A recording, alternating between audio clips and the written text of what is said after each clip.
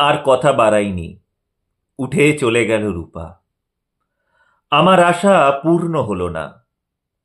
আমাদের একসাথে থাকার স্বপ্নটা অধরাই রয়ে গেল। কিছু ঘটনা জীবনে অনেক বড় শিক্ষা দিয়ে যায়। আজ ডিভোর্সটা না হলে জীবনটা অন্য রকম হতো, কিন্তু সেটা আর হলো না। তবু জীবনে অনেক কিছু শিখলাম। জানি না রূপা আর কোনোদিন আমার মুখোমুখি হবে কিনা, আমাকে কোনোদিন সত্যিই ফোন করবে কিনা।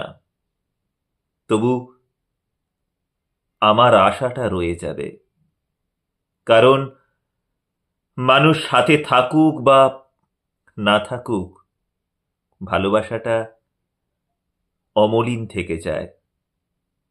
ভালোবাসাটা অমলিন থেকে যায়। মানুষ সাথে থাকুক বা না থাকুক।